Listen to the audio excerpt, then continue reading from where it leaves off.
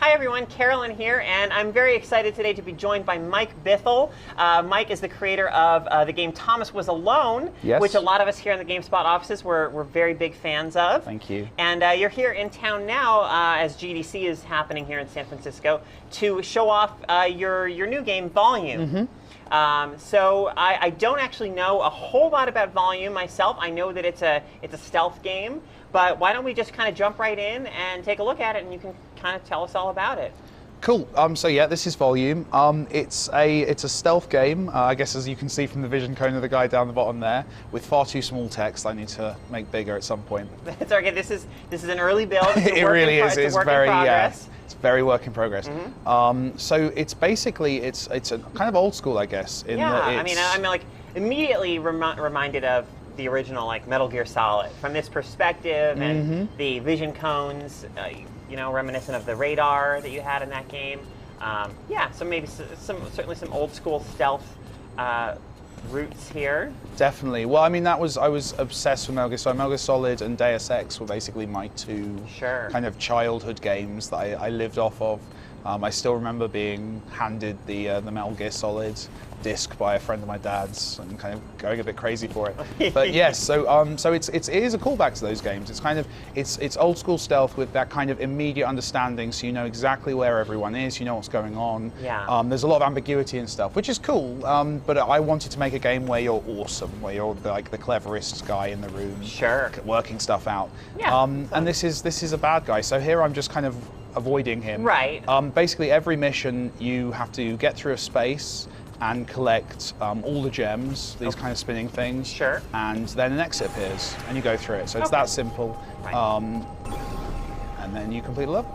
All right. And then a bug happens, and the character's drawn slightly over to the left. But that's fine. We're going to keep going. Yeah, absolutely. But where it gets interesting is it's really a game about crowd control. There's no killing, so you can't go up behind someone. You can't sneak up behind someone. Solid Snake style. Yeah. Yeah, exactly. Which is great. Yeah. Which is cool. Yeah. But I noticed when I play stealth games, so I play every stealth game because I'm a massive stealth geek. I just realized I was playing them all the same way. I was just basically room clearing, just going around the room, taking everyone out. Sure. Which is fine, and I'm not against that, but it just kind of felt like I had all these interesting mechanics, and I wasn't using any of them because I found the one that was really powerful, which was to just kill everyone. So in this game, you can't actually do that. You cannot directly stop an enemy. You can't even do the Batman thing of kind of the stylized takedowns where you kind of get away, where it's not really killing, but they're still out of action. Sure. So it really becomes about crowd control and about navigating the space and staying out of the way of bad guys, which is hopefully interesting. And you do that with lots of room interactions, which I'll get to in a second, but also this kind of thing, which is this tool here, which is kind of a guided noisemaker. You're using sound in order to trick enemies. You can do things like you can get temporarily invisible. You can wear a disguise that makes them think you're one of them, and that kind of stuff. Okay. Kind of trying to abstract down all the cool little stealth mechanics. From games like Hitman, Thief, Metal Gear Solid, all these games I adore, and just trying to pull them right back to their simplest version. Yeah. So with this is a noisemaker. So you press the trigger once to launch a noisemaker. You press it again, and it makes a noise. Okay. And anything within that circle of effect is going to come and investigate what happened. So here we have a situation where I pick up all these gems. And we can see this guy here. He's right in front. He's right in front. How am I going to get past? What are you going to do? He's a really good guard. He's a surprisingly good guard. Most stealth game guards walk away, give you a little break. But this guy, he's watching it. So I want to get past him. If he sees me, I'm in trouble. So I'm going to make a noise behind him. Right. And I'm going to get it wrong. Oh, no, he's going to come find me. Okay, so I'm going to run away and distract him over there. And we'll get him to go back to where he was. Yeah. Oh, he's cool. So I'm going to try and do that successfully. Okay. We've seen you were demonstrating the wrong way to do that. This is it. Now you're going to demonstrate the right way. So let's just get. He's going to go over there, and I can get to the exit. He saw me, but it was over, so it's fine. Yeah. So I'm going to load up a more advanced level now. So this is just because those kind of show the mechanics, and that you'll do a few levels like that, which are kind of tutorial stuff. But then you'll get into these kind of much bigger environments. Okay. Where you have multiple characters moving around. We're going to use the same gadget we were using before, just so you can kind of see how we do things. But we have to go and collect those gems. So yeah. Now I'm going to fail massively on my own level here and embarrass myself. But this is kind of straightforward. These are force fields which enemies can go through, but you can't unless you deactivate, which takes a little bit of time, so it kind of slows your progress. But you can get through there, so I'm fine. Okay. Gonna go around here, so he can't see me because I'm behind that wall.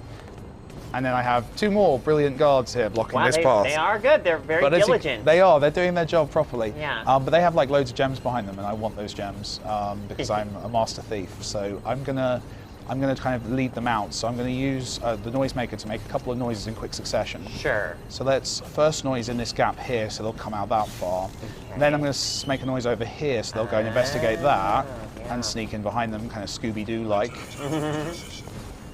I'll just stay here, let them go back to where they were. Oh yeah. And I can use the same kind of trick to guide them out this far. And again. A little farther. And then get in this locker here. Now Voila. we're missing a few animations. Sure. The locker will open. We'll have some stuff. The animator's doing some really cool work on that right now. But yeah, so it's really about using that space. You're never going to leave a level with less enemies than you went into it with, which is kind of the point. Yes. But that makes it interesting. It means you're always on your toes. There's very few safe areas. You're always at risk, and you always have to use things kind of intelligently to get through an environment. Do you want to talk at all about like the sort of story, or like where this is taking place? What's going on here? Okay, so I'm just going to get killed first. Okay. But it gives me a chance to show the very quick reloads. There we go. Oh, nice. Which is good in a stealth game. Yeah.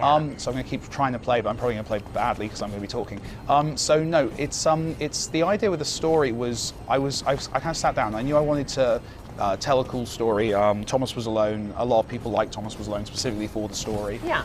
So I kind of wanted to make sure I did a cool job with the story. So I kind of started doing research and thinking, okay, so I want to make a stealth game, which kind of means I want him to be a thief, but you know, obviously thief exists. So I want to make sure I get that right. I'm going to get seen. I got away with it. Oh no, but now he's coming to investigate. So I knew I wanted to do. I'm going to keep those distracted. So I knew I wanted to do a thief, so I started thinking about thieves in history and how stories about thieves are told. And Robin Hood was one that came up quite quickly. Sure. And I was kind of thinking about doing a Robin Hood game. I'm going to need to get someone to quickly come out and click GDC quadrants for me. Sure, we can if someone get could come and do that. someone to do so that. we're a dash out now and do that. I wanted to do a Robin Hood story. But I wanted to do a cool Robin Hood story, so I decided to do a kind of a near future modern Robin Hood. And it's the idea of what would Robin Hood be nowadays? If Robin Hood was to emerge now, what would that character do in order to kind of rob from the rich and give to the poor? And for some reason I was watching a lot of YouTube videos, and I kind of thought, well, actually that might be something where someone would actually go on YouTube or on Twitch and like stream and start showing the world how to be better thieves. Yes. So he's kind of, that's the idea, is that's the job he's doing, is kind of streaming these videos of crimes. He's found basically a training system used by the bad guys, and he's using it to show the world how to rob from them. Kind of crowdsourcing it. So it all takes place in this one room, really, which is this kind of installation that you've found. But yeah, you run around in these virtual environments recreating crimes. We've got a really cool cast. Danny Wallace is back, who was the AI, who's playing the AI in this. He was the narrator in Thomas Was Alone. And he's cool. He's playing the kind of the Mr. Paperclip of this software. So he's exactly. So he's been made by the bad guys to kind of teach you how to be an amazing mercenary, but you're kind of trying not to do that. So you kind of have a cool little conflict there. And then we've got some very cool people playing. Loxley's played by a guy called Charlie McDonnell, who's a big YouTuber, who's a really charming, wonderful fella. Great. And then a cool guy playing the villain I can't talk about yet. But yeah, it's kind of it's coming together. Excellent. Hopefully gonna be a cool story. I'm just if we can get... Benito or Eric or someone. Hey, can you click GDC quadrants for us? Thank you.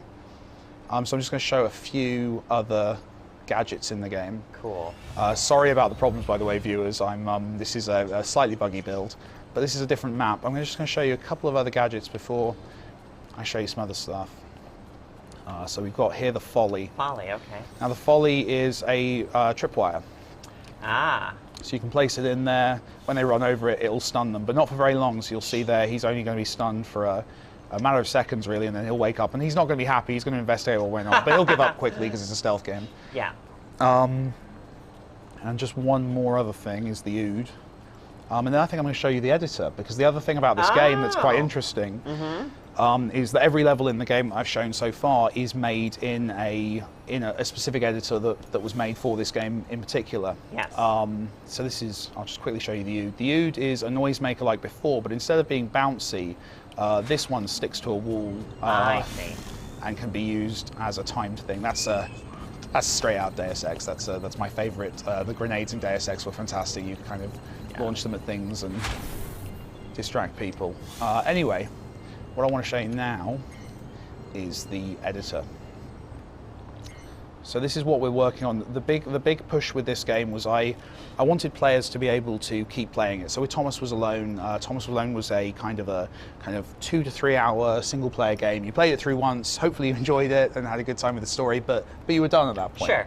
I wanted to make something that players could kind of keep playing over and over if they wanted. Stealth levels, once you've beaten a stealth level, it's not particularly fun to necessarily go back and do it again, right? Because you kind of worked out the trick to that level. So putting an editor seemed to work. Procedural doesn't really work, or it was hard to make work because procedural tends to rely on combat, and it's hard to get a good stealth level without someone designing it. So I thought I'd let players design their levels. So you've got here, this is the tool I use to make my levels. And and players will have access to the same tools. Absolutely. I find that the best way to design an editor is to make it for yourself. And so just daft things like with the walls, it used to be you had to click every time you wanted to place a wall block. Right. That got really frustrating and horrible, so now it's drag, which is just, I know that's a really small thing, but it's the kind of stuff I like to do. Over time, I mean, that can save you a lot of time, and that's it. Makes things feel a lot more convenient. And hopefully players will kind of benefit from me hitting my head against the wall trying to make it fun. I can't show some of the features of this because unfortunately I've not got the mouse in front of me, and it's a little bit buggy at the moment. But you can recolor things, you can change things to look the way you want. You can very quickly start playing the level you're making and see how it plays. And they'll be shareable. Absolutely, right? Yeah. So they'll be saved on a server. You can upload any maps you make, share them with friends, share them with non-friends as well. Kind of set each other challenges, and I want people to kind of create stuff for this game going forward that kind of enhances the game and gives people more stuff to do. The other cool thing is the way the story is told is via voiceover. Okay. And it's actually made in such a way that it can work overlying levels that I didn't make. Cool. So if you want to so let's say the game comes out and maybe a few months after it's out, you want to play the game, but you don't want to play any levels I've made, you want to just play stuff that the community's made, you can do that and you'll still get the story experience, which is cool. Oh, that is cool. So I kind of want to ensure that there's the stories about Vampire the Masquerade Bloodlines where it's like been made by the mod community and remade and done cool stuff. I love the idea of a version of Volume in the future that people like more than my version. That's I think that's really cool. I find that really interesting as a designer to play with that. Yeah, put something out into the world and then people can sort of make it their own. This is the hope. So we'll see. We're playing with it, and it's coming together. So it's coming to a specific platform, right? It is. It's coming to PlayStation 4 and Vita first. Okay. And then about a month later, we'll be doing a PC, Mac, SteamOS port, and then who knows from there, wherever wants it really. And when will people be able to play Volume? We're hoping by the end of the year. Okay. Maybe into next year a little bit if it needs to be. But the great thing about Thomas Was Alone was lots of people bought it, and it means that we've got the time to make the exact game we want to make and take our time really. So we can kind of have the attitude of we'll release it when it's ready, which is kind of a game developer's dream, to not have to rush, to kind of get stuff done exactly how we want. Absolutely. Well, Mike, thank you so much for taking the time to come in and give us a look at Volume today. Thank you for having me. And yeah, thanks very much for watching, folks. We'll see you later. Cheers.